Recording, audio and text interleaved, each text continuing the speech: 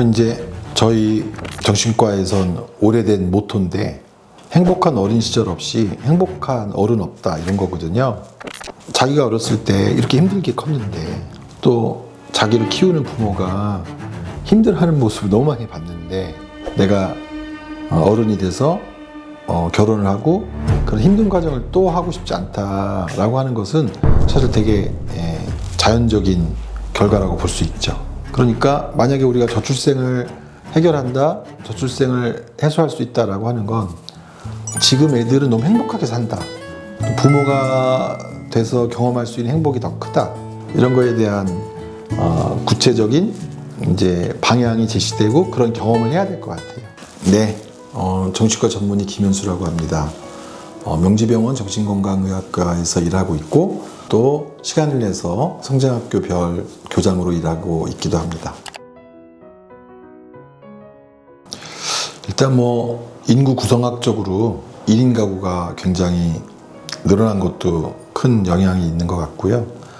또 막상 가족과 같이 살아도 이제 가족과 대화가 부족하고, 또 대화를 해도 서로 이해가 잘 되지 않아서 소통의 어떤 단절을 느끼는 거. 그러니까 이제 그 외롭다는 게 사람들이 단지 혼자 있어서 외로운 게 아니라 같이 있어도 외로운데, 같이 있어도 외로운 것은 이해와 소통의 단절이 우리 사회에 아주 너무 심각하고 광범위하게 퍼져 있기 때문에 그런 게 아닌가 생각하고, 실제로 이제 진료를 할 때 외로움을 호소하는 청소년들이 많은데, 그 청소년들이 호소하는 외로움을 부모님들은 잘 이해하지 못하는 것 같아요. 이렇게 청소년들이 이제 본인들이 가족들이 잘 보살펴주고 사랑해주고, 그럼에도 불구하고 왜 외로운지, 그런 거에 대해서 어른들이 잘 이해하지 못함으로 인해서 청소년들은 이제 외롭다고 하는 것을 이해받지 못하기 때문에 더 힘들어하는 그런 현상도 있는 것 같고요. 현실은 되게 외로운데, 그 외로움을 말해도 서로 도움을 주거나 외롭다고 하는 것을 해소시키는 게 아니라 오히려 오해가 더 커지니까 또 외로워지는 그런 현상이 있지 않나 생각합니다. 일단 가족의 구성이 진짜 변한 것 같아요. 요즘은 전보다 훨씬 더 규모가 작은 핵가족이라고 말하는 것보다도 더 단촐한 그런, 어떤 분들은 극핵가족이라고 표현도 하던데, 그런 이제 어른들이 어렸을 때에 비해서 가족의 규모나 구성도 달라지고, 그리고 제일 크게 달라진 건 사실 예전에는 사람들과 만나서 얘기하고 만나서 풀고 그랬는데, 지금 어쨌든 그 스마트폰의 등장이라고 하는 게 가장 큰 문명의 차이이자 문화의 차이를 만들어낸 것 같은데, 이제 어른들이 볼 때는 스마트폰을 많이 하는 것이 이제 어떤 하나의 놀이처럼 보이지만, 그 스마트폰을 하는 게 어떤 시간에는 뭔가 충족을 시켜주기도 하지만, 어떤 시간에는 오히려 박탈감을 느끼게 하고, 그것을 함으로 인해서 더 사람들을 만나지 않고 지내는 생활이 되니까 뭔가 악순환이 일어나는 것 같은데요. 어른들이 크던 그 시대랑 지금의 시대는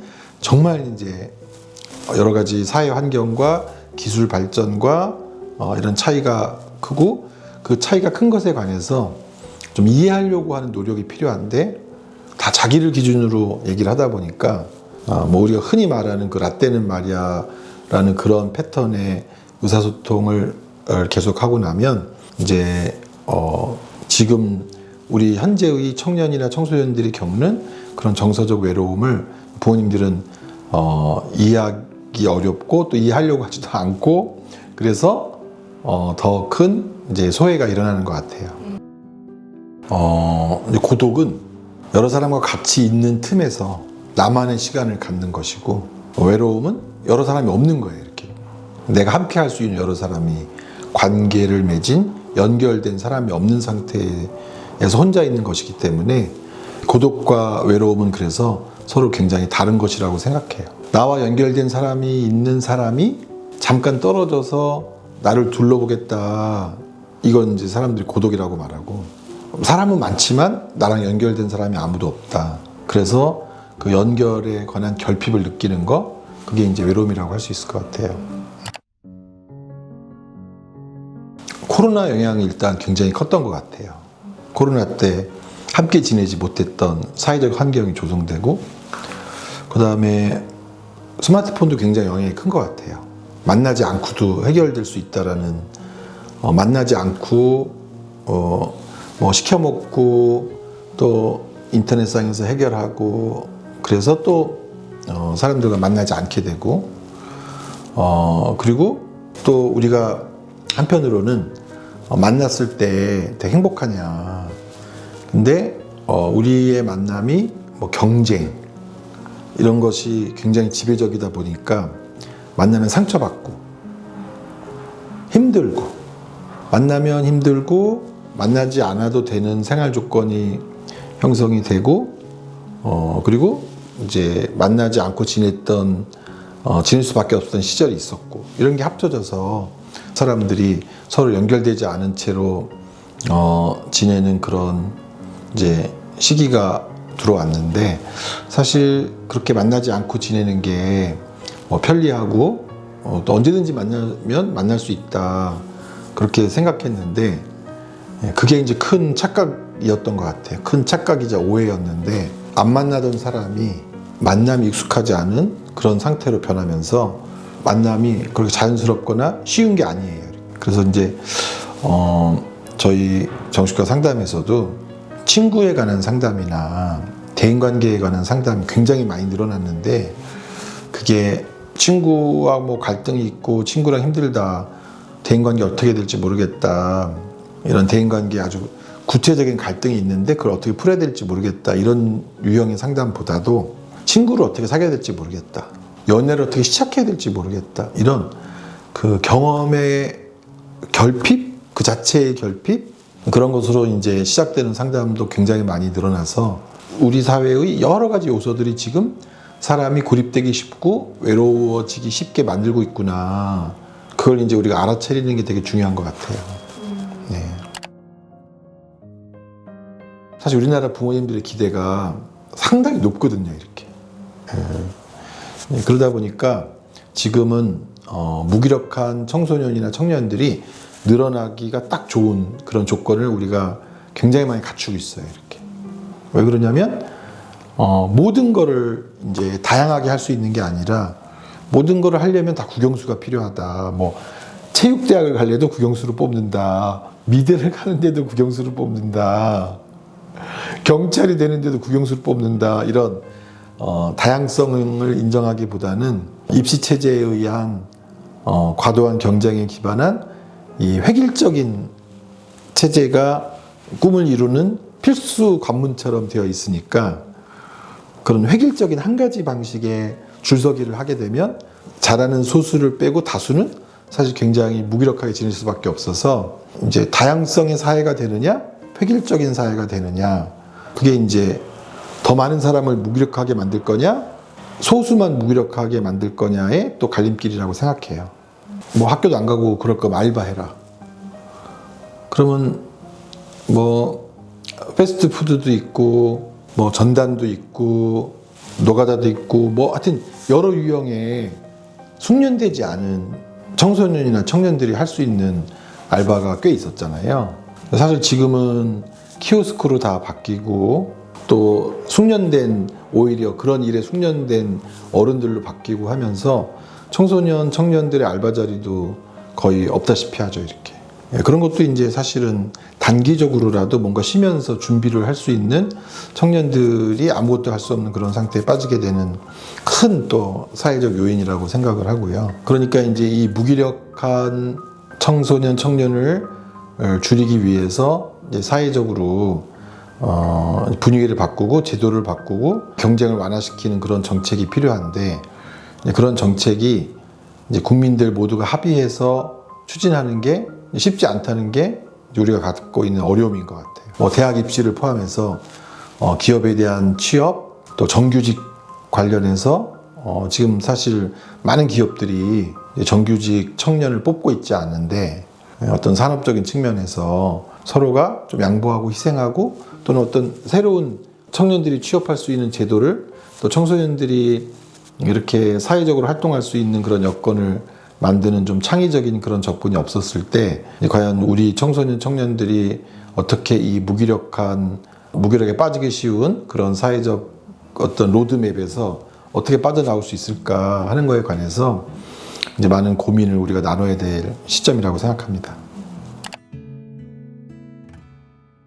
이제 청소년과 청년들에게 다양한 소속 집단이 있고 그 다양한 소속 집단 안에서 지원도 받고 보호도 받고 그리고 이제 소위 말하는 인큐베이션 뭔가 이제 자신의 전문적인 일을 하기 전까지는 지원받고 키움을 받는 그런 기회가 필요한데 지금 여러 가지 기술 발전과 또 산업 구조의 변화 또 극심한 경쟁 이런 걸로 인해서 집단이 자꾸 해체되고 그리고 그런 인큐베이션을 할 수 있는 여러 사회적 지원책도 이제 사라지고 이러면서 이걸 모든 거를 각자 하거나 또는 약간 그것을 이미 알고 있는 어떤 계층만 활용하거나 이제 이렇게 되다 보니까 공정, 공평, 안전 이런 거에 대한 이제 청년들의 요구가 굉장히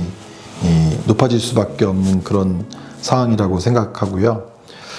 실제로 아마 이제 청소년기에 그런 앵커링 할 수 있는 집단을 구성하는 경우가 많은데 이제 그게 과거보다 더 안 되는 이유는 중고등학교 때 예전보다 더 삶의 여유가 없고 만나는 인간 집단도 없고 그렇게 변화되면서 이제 많은 시간을 다 학원에서 보내는 그런 생활이 되면서 아주 친밀한 나를 도와줄 수 있는 친밀한 인간관계를 형성하는 것조차도 너무 힘들어하는 것 같아요. 지금 그거를 뭐 입시 경쟁을 해체해야 된다라는 말은 쉽지만 좀 다른 방식으로 얘기하면 청소년들에게 또는 청년들에게 어떤 다양한 사회 집단에 소속하게 하고 거기서 뭔가 열정적으로 할 수 있도록 하는 그런 기회를 이제 어떻게 다시 만들 거냐 그게 우리 사회의 미래에 아주 중요한 해결책을 찾는 과정이라고 생각해요.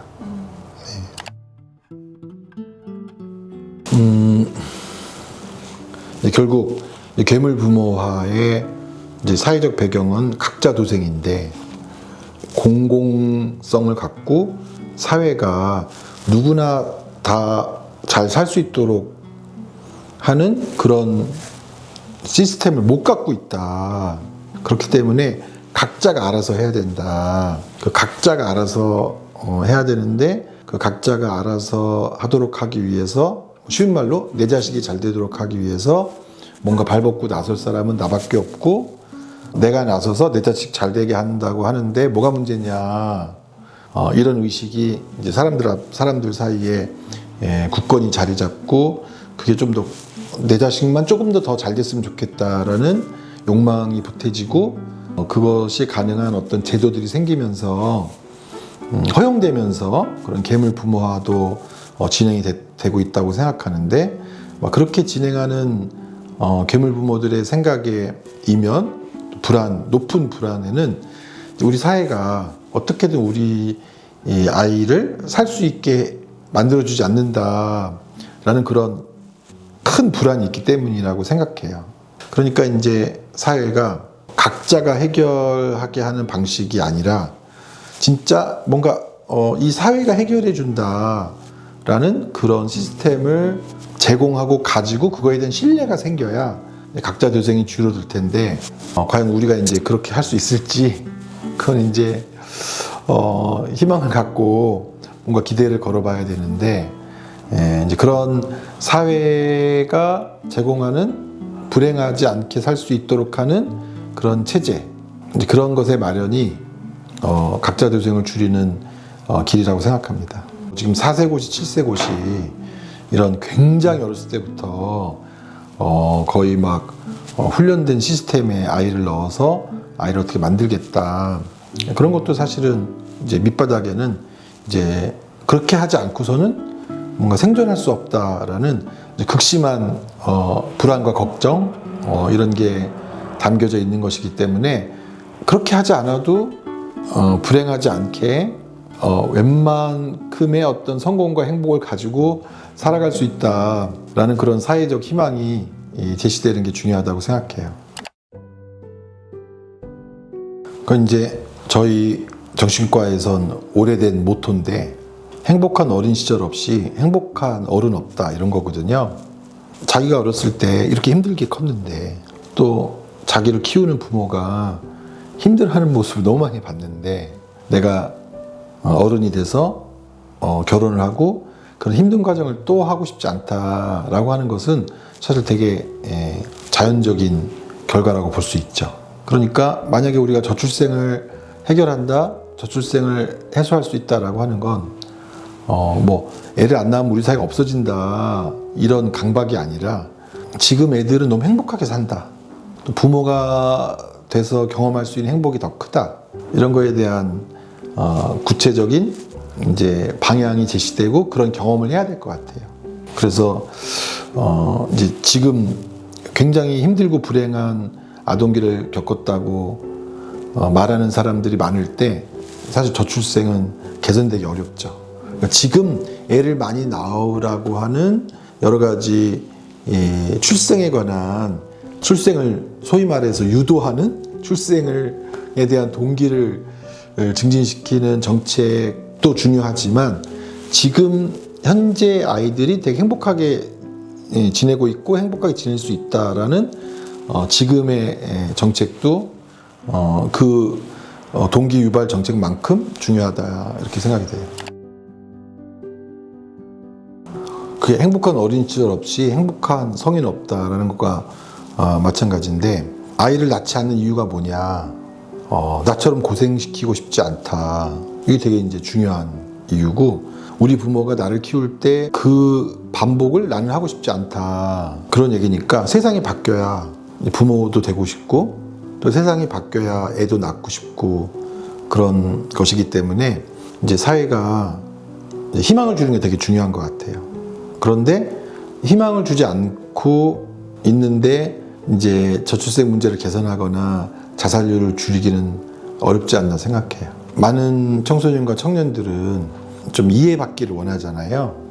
그래서 이제 부모님들이 이제 청소년과 청년들을 좀 이해해 주는 게 필요한데 그게 너무 안 되니까 뭐 추석 때 하지 말아야 될 메뉴 카드라든지 뭐 이런 게 막 나오는 게 사실 이제 우리 기성세대가 현재의 청소년 청년 세대를 이해하지 못하기 때문에 나오는 거라고 생각해서 부모님들이 자기 자녀를 이해하려고 하는 노력은 정말 중요한 노력인 것 같아요. 애들이 조금 이해만 받아도 좀 숨이 트일 것 같다 이렇게 말하는데 이해받지는 못할 망정 막 이제 부모님의 높은 기대와 높은 기준으로 막 공격을 당하면 이제 세상이 다르고 시대가 달라졌다라고 하는 것으로 강변하는 것으로 설득이 되지 않을 때 그럴 때 이제 절망감을 느끼는 거죠. 이렇게 뭐 제일 대표적인 말들이 지금 아이들도 최선을 다하고 있는데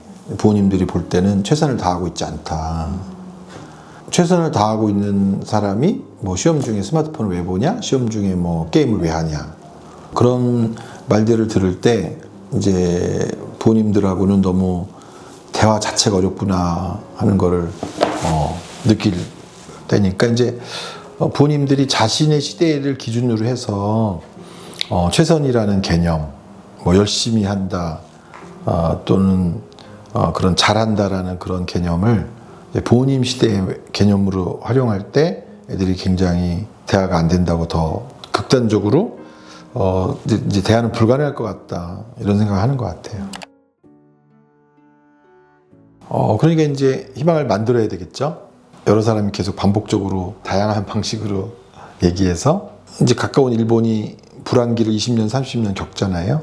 다행히 이제 우리가 경험했던 역사나 다른 나라들의 역사가 있으니까 그런 역사를 잘 참고하고 정책의 오류를 잘 학습해서 우리가 그런 것을 겪지 않도록 하는 이제 그런 지혜와 리더십이 필요한 것 같아요. 뭐 지금 여러 학자들이 뭐 일본 가는 식으로 갈 거냐, 뭐 이탈리아식으로 갈 거냐, 우리가 이제 지속적으로 발전하는 그런 모델로 갈 수 있냐, 아니면 사회적으로 퇴행하고 또 적체되고 오랜 불황의 늪에, 사회적으로도 무기력한 그런 늪에 빠질 것이냐, 그런 속에 여러 가지 갈림길에 있다라고 다 느끼는 것 같고, 그럴 때 우리가 어떻게 지혜롭게 그 오랜 불황의 늪에 빠지지도 않고 무기력한 사회로 가지도 않고 할 수 있는 길을 어떻게 찾을 수 있는가, 그걸 잘 찾는 게 우리의 현재의 역사적 책무라고 생각하고, 다만 그게 되게 쉬운 건 아닌 것 같아요. 왜냐하면 이미 굉장히 어려운 역사를 겪고 있는 나라들이 있었고 그런 사례들이 있으니까 우리도 뭐 그렇게 될 수도 있는 거죠. 그렇게 되지 않기 위해서 필요한 걸 할 수 있느냐 하는 건데, 필요한 걸 하기 위해서 제가 볼 때 제일 필요한 건 양보라고 생각해요. 어른이 청년들에게 양보할 수 있는 거, 양보라는 표현이 적합하지 않으면 권한을 주는 것, 권한을 실제로 실천할 수 있는 권한을 주는 것, 권한을 나누는 것, 또 여러 사람들끼리 서로 권한을 나누고 협력하는 모델을 과연 우리가 성공할 수 있느냐. 그러니까 협력이 희망인 거죠. 예전에는 그냥 뛰어난 사람이 잘하는 게 희망이었다고 치자면, 지금은 누구 한 사람이 뛰어나서 그 뛰어난 한 사람을 믿고 해결할 수 있는 사회 시스템은 전혀 아니거든요. 아이들의 어려움도 그렇고 사회적 어려움도 그렇고 부처 하나가 해결할 수 있는 문제는 없어요.